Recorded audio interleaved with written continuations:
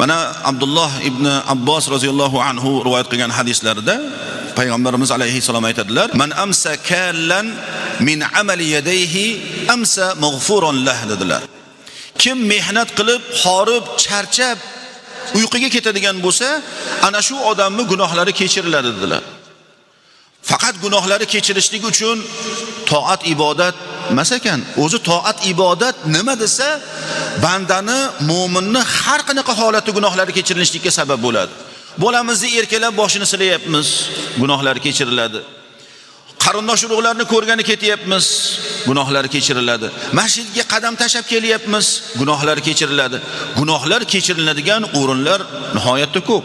Hatto haloga, hojatga chap oyog'imizda kirib, o'ng oyog'imizda chiqishligimiz ham gunohlar kechirishlikka sabab bo'ladi.